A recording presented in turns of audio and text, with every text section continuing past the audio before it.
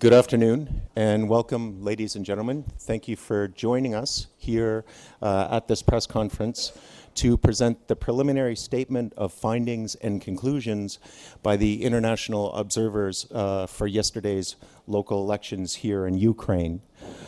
Today, presenting the preliminary statement will be Tana Dzulueta, the head of the election observation mission sent by the OSCE Office for Democratic and Institutions and Human Rights for these elections.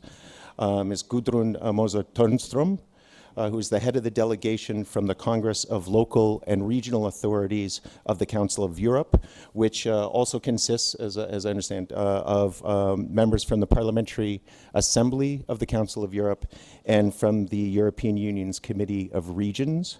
And then also Mr. Andrej Plenković, who is the head of the European Parliament delegation observing these elections.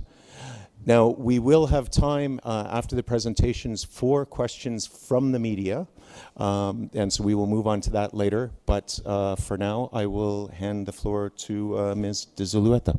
Tana.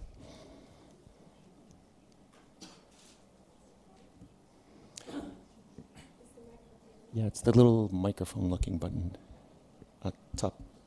This one. That's great. Well, thank you, ladies and gentlemen.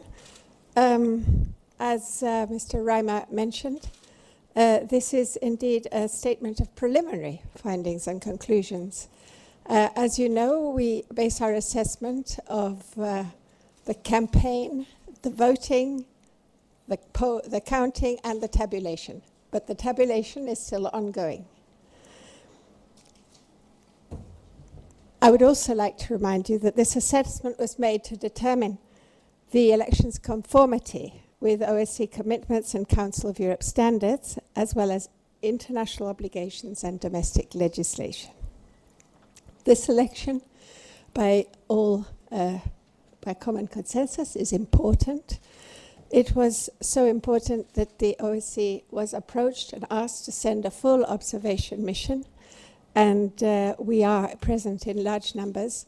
Our report is based on the findings of 540 short-term observers who joined teams of 80 long-term observers. That's 40 teams. That's our own mission. As I said, it is important and indeed, in some sense, considered a test, a barometer of ongoing commitment on the part of the local authorities and all stakeholders on maintaining the positive standards achieved during the 2014 parliamentary and presidential elections. In this respect, I can say that the elections, on the strength of our observation, were assessed as competitive, well organized overall, and the campaign generally showed respect for the democratic process. Nevertheless, the complexity of the legal framework, the dominance of powerful economic groups over the electoral process, and the fact that virtually all campaign coverage in the media was paid for, underscore the need for continued reform. Additional efforts are needed to further enhance the integrity of and public confidence in the electoral process. The turnout, as you know, was somewhat lower than the last administrative elections.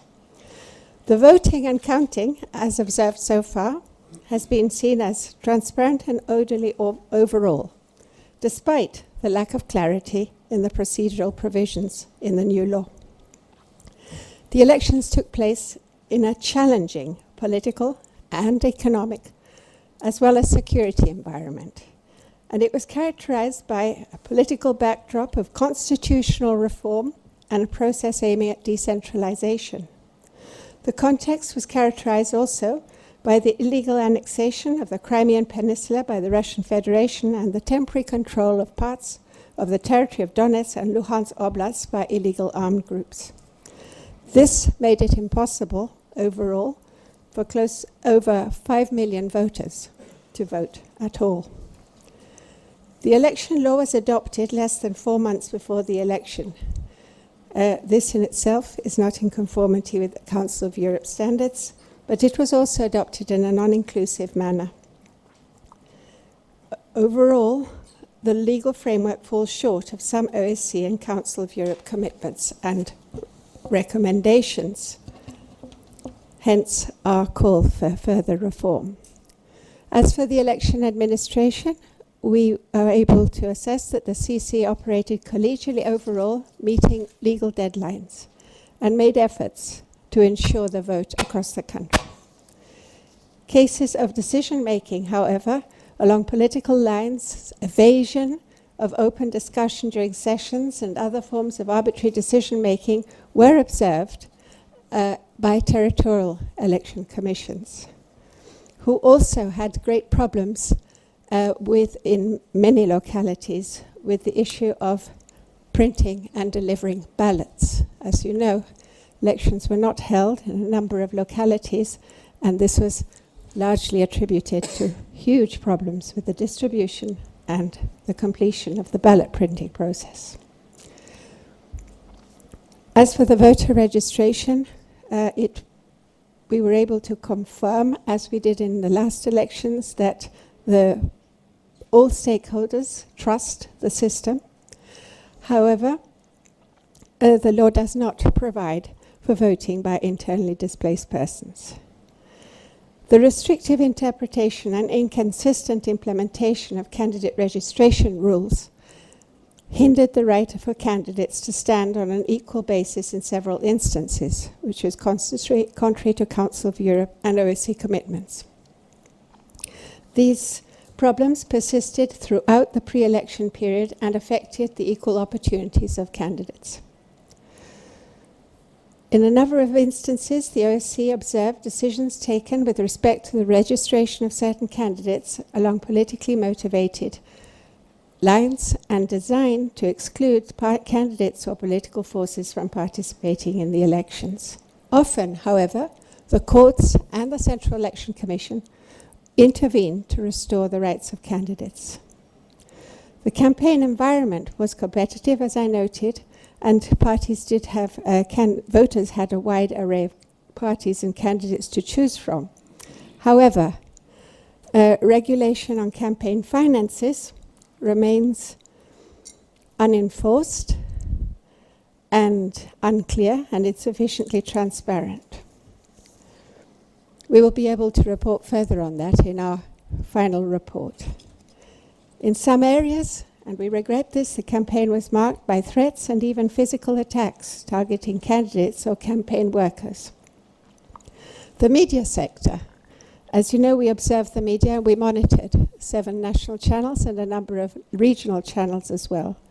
And we can say with conviction that the media sector actually reflects the overall political climate in Ukraine, as it's both vivid and in some turmoil. The growing power and politicization of media groups affect both national and regional media, however, and the political and business interests controlling the media often influence editorial policy, with a widespread practice of paid-for journalism. As for the legal framework in the media sector, it apparently over-regulates pre-election coverage and yet poorly defines provisions for it, with very little enforcement of what standards there are. The halting and incomplete transformation of the National Television and Radio Company from a state-owned to a public broadcaster hampered the option of independent editorial content for Ukrainian viewers. We will have more complete results of our monitoring, but I can tell you from now that we were already able to note that only 3 registered parties were actually granted meaningful editorial coverage across the media landscape. Most monitored TV channels with a nationwide reach, including the National Television and Radio Company, predominantly featured just 2 or 3 political parties within their primetime programming. National minorities' participation in this election was affected by the crisis in the East and the continued control of territory by illegal armed groups and the annexation of Crimea. Representation of national minorities was further hindered by several aspects of the new legislation. The inability to self-nominate as independent candidates, as well as the increased threshold for party lists from 3 to 5%. Most complaints filed with the CEC were considered individually, and this undermined perhaps the transparency and collegiality of the process. As for the courts, they handled complaints and appeals within the established timelines, respecting due process. However, non-uniform interpretation of the law undermined legal certainty. Finally, the provision for equal gender balance. As you know, the new law introduces at least 30% representation for each gender on a party list. However, there are no sanctions for failure to comply, and we will have to see in how the actual representation of women is improved. As for women in the media, I can report that women were hugely underrepresented on broadcast media with very, very little airtime. In some cases, quite insignificant amount of airtime dedicated to female candidates. As for citizen and observer groups, a huge number of observers were registered, and they were largely allowed access to both the voting and the counting, and up to now the tabulation, which improved the transparency of the electoral process. Thank you very much for your attention. Thank you, Tana. And now Ms. Mosler-Tönström. Well, thank you, Thomas. Hello to everybody here in this room. Since 2010, I have been observing the elections here in Ukraine, and once more, let me thank you, Tana, you and your team from OSCE UDIR, for the excellent cooperation during the mission of the observation of the 2015 local elections here in Ukraine. Thank you very much. As usually, the support provided by ODIR in terms of logistics, expertise and exchange of views here in Kiev and in the regions with the long-term observators was valuable and very much appreciated by the entire team of our delegation. You may know that the delegation by the Congress of Local and Regional Authorities of the Council of Europe included for the first time, beside representatives of the EU Committee of Regions, also members of the Parliamentary Assembly of the Council of Europe, who usually does not observe local elections. All in all, the enlarged Congress delegation comprised of 58 observers from 25 different countries. The large number of observers demonstrates the great importance attached by the international community, in particular by the Council of Europe, to these elections due to the challenges of the stake, as Dana already mentioned. Extraordinary circumstances deserve extraordinary actions. And we all are aware that these 2015 elections took place in a very difficult situation for Ukraine, and politically, economically, and from the point of view also security. Moreover, there is the ongoing reform on decentralization and the challenges related to the amendments to of the Constitution. Therefore, the Congress deployed yesterday 24 teams, its largest observation delegation ever, and throughout the country, with the exception of those areas where elections could not be held. In total, the teams of the Congress were able to observe the elections for heads, mayors, and councils at different levels of territorial governmental in approximately 240 polling stations. By and large, polling day was calm and voting took place in orderly manner, with the exception of some irregularities observed by the teams of the Congress. In most of the polling stations visited, the electoral staff at the level of precincts was able to manage efficiently the procedures on E-Day, despite the complexity of the legal background of the procedural inconsistencies. Also, voter registration seemed to be inclusive, and voters were able to express their will freely and without intimidations. However, information about the candidates, in particular about those running for local councils, was scarce.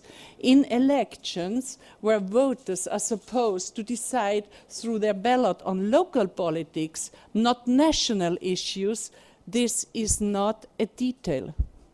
As this was already the case during our meeting before election day, members of the Congress team received also yesterday reports about cases of vote buying and attempts to bribe members of the territorial administration, in particular in places with tight races between candidates.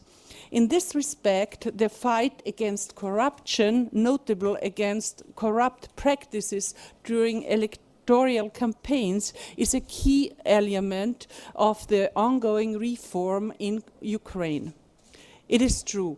The electoral environment was competitive, involving many parties and candidates. However, there were reports about inconsistent registration of candidates, and it is regrettable from the Congress perspective that the law for these local elections did not allow for independent candidates at all levels of local councils to run. A basic matter of concern constitutes for us from the Council of Europe Congress, as for ODIHR OSCE, the new electoral law adopted only a few months before these elections. By the new law, a combination of 3 electoral systems was introduced, which challenged the electoral administration, in particular for the tabulation. And we are afraid that this may hold true also for the allocation of seats in local councils, which needs to be organized right now after the elections. One of the Congress interlocutors said during our briefings before the elections that Ukraine had, after the 2014 parliamentary elections, a golden chance to introduce a new electoral law in order to strengthen the correlation between the voters' will and the local elected representatives. I agree, but unfortunately, the present law do not meet these expectations. Therefore, it is crucial how the authorities of Ukraine will be able to improve the legal framework for future local elections, and even beyond, insofar progress will be achieved with regard to the drafting of a proper electoral code incorporating international standards for elections at all levels of government in Ukraine. In addition, the Congress will look very attentively to the way in which Ukraine pursues on the path of decentralization in line with the roadmap agreed with the Congress of Local and Regional Authorities. We did it recently here in Kiev. Ladies and gentlemen, at yesterday's local elections, voters were offered the chance to establish what I would call an interim appraisal for elected representatives in this country. We are confident that the message delivered by the voters to the Ukraine's government will be understood in order to achieve what we all want to achieve, full respect of international electoral standards and full support of democracy based on European values. I thank you very much, and let's see what's coming out after the vote, after the counting. Thank you, Gudrun. And now Mr. Plankovich. Good afternoon, everybody. Thank you very much. First of all, I would like to thank Madame Tana de Zulueta as a head of this long-term observation exercise for another successful work and cooperation that we had with the ODIHR and the OSCE long-term observers here, as well as to my friend Gudrun Mosler-Tornström from the Congress of Local and Regional Authorities of the Council of Europe, and my friend Emanuelis Zingeris from the Parliamentary Assembly of the Council of Europe, and Mr. Abromavicius from the Committee of the Regions, and all the other observers who took part on behalf of the delegation of the European Parliament. I had the privilege to be in the same position last year when we were here for the parliamentary elections, and we in the European Parliament understood that these local elections were the third part of the trilogy of the post-Maidan Ukraine. So presidential, parliamentary and local elections provide us now with a new political landscape of the country.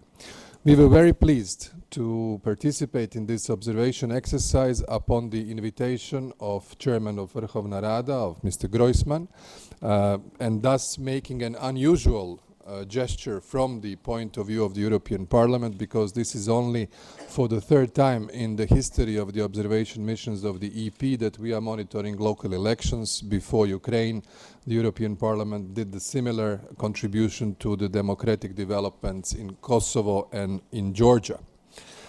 This shows that European Parliament attaches great political priority to the developments in Ukraine. And we are interested in three major points. One is the consolidation of democracy, and therefore the standards which should be attained, especially the standards of the Council of Europe and the OSCE, which my colleagues aptly enumerated, should be the guidance for the future reforms, legal framework, but also the practice.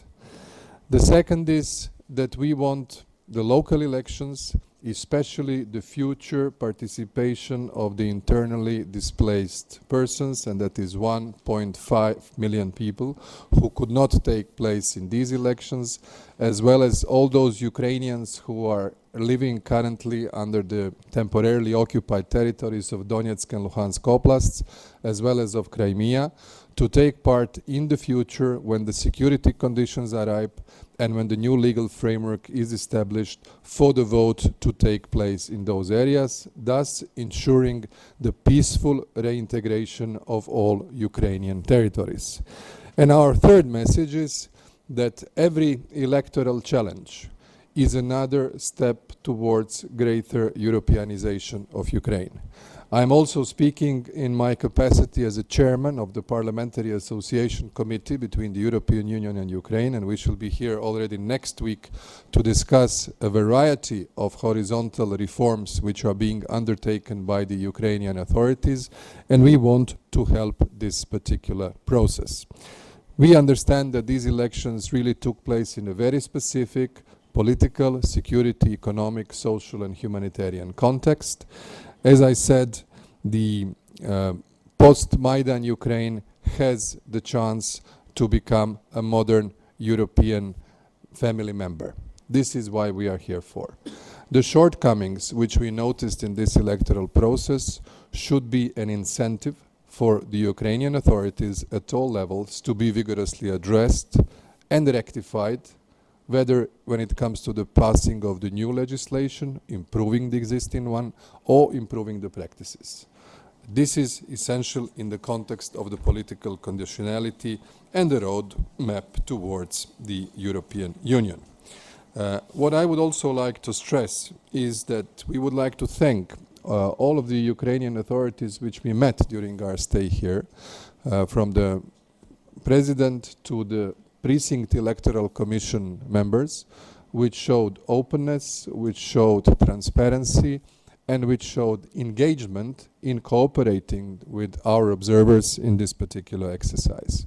We also talked to all the major political parties and understood the relevance of these elections in a way as a yet another national opinion poll and the testing of the temperature, as Tana said, barometer for the overall national political scene in Ukraine.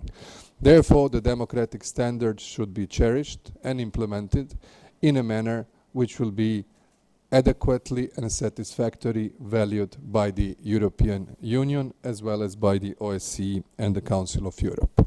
We are here to stand behind Ukraine, beside Ukraine, in the reform efforts, in the implementation of the association agreement, and assisting Ukraine's European path. Thank you very much. Thank you, Andrei. Now, as I mentioned earlier, we do have time today for questions from the media. Thank you. Little oversight on our part. So I'll ask you please to raise your hand if you do have a question. We'll have a microphone brought to you. And before you ask your question, if you could please provide your name and the media outlet you're representing.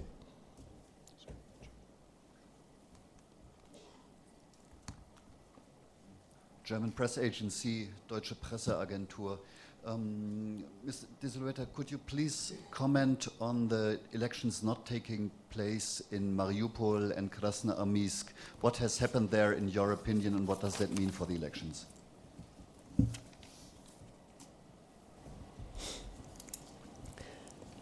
Like the citizens involved, we regret this. We did, as you note, were able to observe that elections did not take place in Mariupol, Krasnoarmysk and Svatove. Based on our information, this was largely due to problems printing ballots in the areas. However, also there were problems with the conduct of the electoral process by the election administration on a local level. I can't comment on what the solution might be, legislatively or otherwise. I would just like to say that our mission remains in the country for the second round of the administrative elections, and we will continue to follow the situation in these localities as well.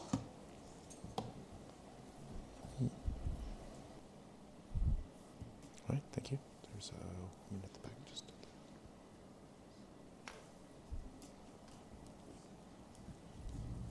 Radio Liberty, my question is about the participation of IDPs. You have mentioned a little bit about this, but do you see that there was a way to provide their participation in the process? And how do you estimate in general that IDPs were not able to vote? Thank you.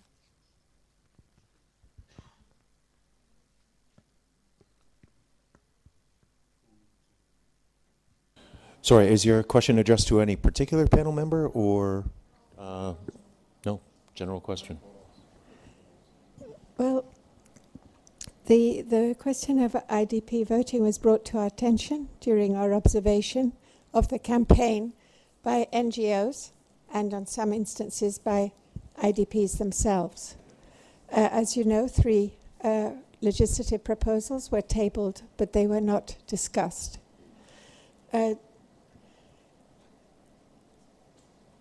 We do not comment on this exclusion otherwise than drawing attention to it because solutions could be found in different ways.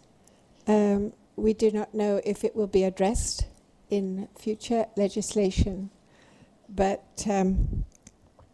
it remains a question that we believe should be addressed by the Ukrainian citizens and their representatives. We don't have the solution, in other words. If I may add, the main point about the IDP vote, and Ukraine is not the first country to have the IDPs, it should be seen in the context of the return, of creating safe conditions for return in the temporarily occupied territories, and for the organizations of within Ukrainian legislation new elections in certain parts of Donetsk and Lugansk Oblast. And the point is that the IDPs should vote in the areas where they have their usual residence. This is the objective.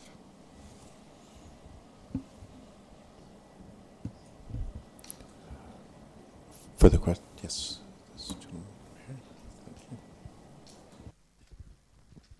Добрый день.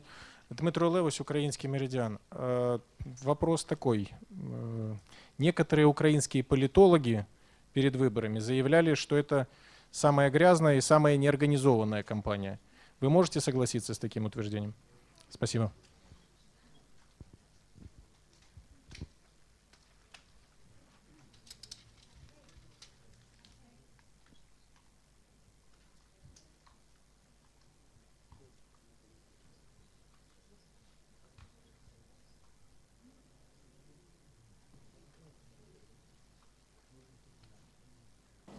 It's difficult to comment a comment. Also, we don't compare elections. I'm not sure what the editorialist was referring to.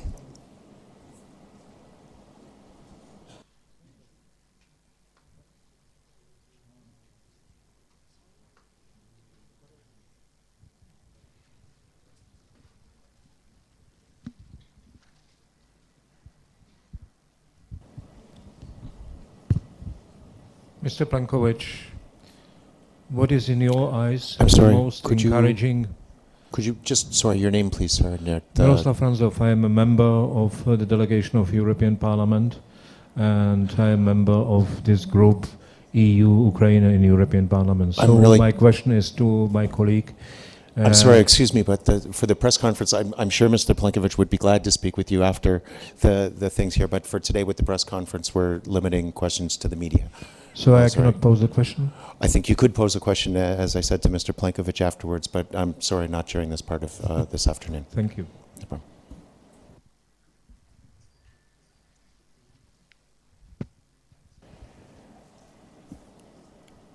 Any further questions from the media?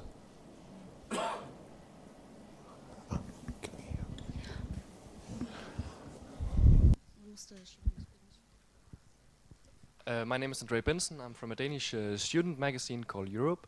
My question is regarding the situation in eastern Ukraine, Donetsk and Luhansk.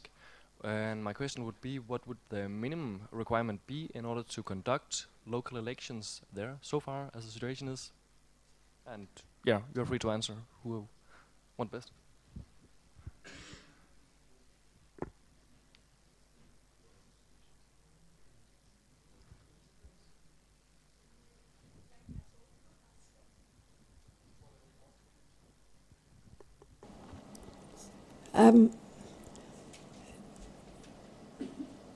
We observe elections at the invitation of the authorities in member states of the OSCE. We were invited to observe elections in Ukraine in those areas where the election administration was able to organize them. Our districts within, under the control of the Ukrainian authorities where voting did not take place because, according to their own assessment, there were not the security conditions, were not permissive of the organization of free elections. So, in that respect, we can only follow in the footsteps of the administration if and when the administration is in a position to organize elections under Ukrainian law. There might be an invitation to the OSCE to observe those elections, and should that happen, we would attempt to follow in their footsteps once more.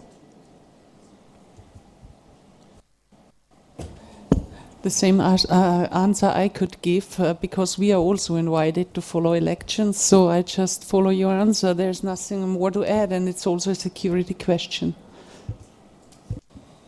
If I may add from the EP's point of view, the essential element is the implementation of the Minsk agreement, the creation of the safe security conditions, not only for the elections to take place, but for the gradual process of reintegration into the Ukrainian legal and constitutional order temporarily occupied areas. If invited, the EP would be more than pleased to take part in the wider international effort to observe these local elections as well.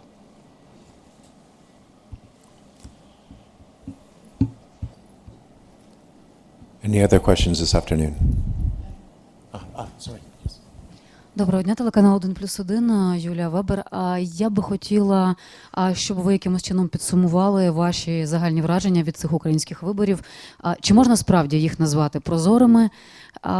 І чи не заставляють вас засумніватися в їхній прозорості всі ті достатньо численні порушення, які були зафіксовані? Дякую.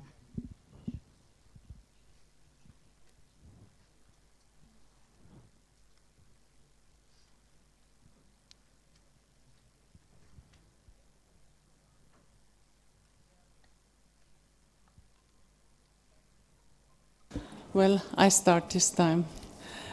Well, in general, we could say the E-Day we observed was transparent. In the polling stations, there were few irregulations. Yes, we have seen them, but all in all, it was quite transparent. The packs were quite good organized. We had free entrance to all the polling stations. So this was in general very open and very transparent. The problem of the whole election, as I mentioned in my statement, is the very shortly introduced, adopted electoral law. And it is quite complicated, complex, if you could say, and we will see how the tabulating will turn out. We suppose that will be very complicated. It will be. It could cause many problems. Let's put it that way. So the problems were before the law. The adopted law, the shortly adopted law, and afterwards how this law will lead to a transparent tabulation. So the will of the people will be hardly shown as we saw. We will see. We will see. In a few days we know more. But the E-Day was transparent.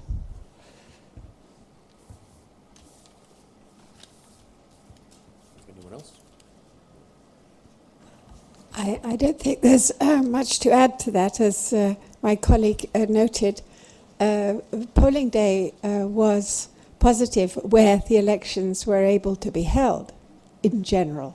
There were irregularities. But the very fact that in some places they could not be held, for reasons which have still not yet been clarified, that's not a transparent outcome. For those citizens who are deprived of their vote and do not know why. We also mentioned that my colleague from the Council of Europe mentioned there is a problem with the transparency or the clarity of the law. It was not clear, even transparent in the process of its adoption, and its consequences have already created an enormous amount of litigation. There have been several hundred court cases, mainly related to candidate registration. So these are problems that remain open, and as I mentioned, very much open, the problem of transparency in the media, transparency of ownership, limits on spending, time allocated, free opportunities for candidates, no free airtime, no meaningful public service coverage. These are elements which do not indicate a very transparent campaign. So that's why we mention the urgent need for reform. However, we congratulate the polling staff for, in difficult circumstances, in many places across the country, in thousands of polling stations, succeeding somehow to conduct an election which was, yes, orderly and transparent. Yeah. If I can just add, Ukraine is a very big country. Almost 30 million voters participated in this exercise. 160,000 electoral functions were offered for public office. And it is normal that in such a process there are situations where not everything went according to the envisaged plans. And therefore we look forward that the elections after the Central Electoral Commissions looks at the new situation, especially when it comes to Mariupol, when it comes to Krasnoarmysk, and other smaller places, organizes perhaps new elections so that everything is in conformity with the legislation. And also when it comes to the shortcomings, which we really thoroughly analyzed in the big report, which you will later on see in detail, it is an incentive for the Ukrainian authorities, institutions, to address them and work on them when we find ourselves in a situation when next local elections are on the agenda, that a number of shortcomings are in the meantime rectified. And of course, that means the timely adoption of the legislative framework and perhaps less complex system, because currently you have the electoral system where you combine 3 electoral systems of relative majority, absolute majority in 2 rounds, and proportional majority with semi-open list. So in a way, it's a lot to digest for electoral commissions, for political parties, for voters. So I think certain, let's say, political pedagogy or education is required in a sense that these elections become more transparent and better organized in the future. Thank you. Okay, we have time for a couple more questions, 2 more this afternoon, if there are questions out there. But there appear not to be. So before bidding you all farewell, I'd just like to point out that the preliminary statement, which we're presenting here this afternoon, copies of that can be found on your way out on the table, on the entrance to the room, as well as the press conference, press release related to that. Again, thank you from myself and from all our panel members for being with us this afternoon, and enjoy the rest of that afternoon.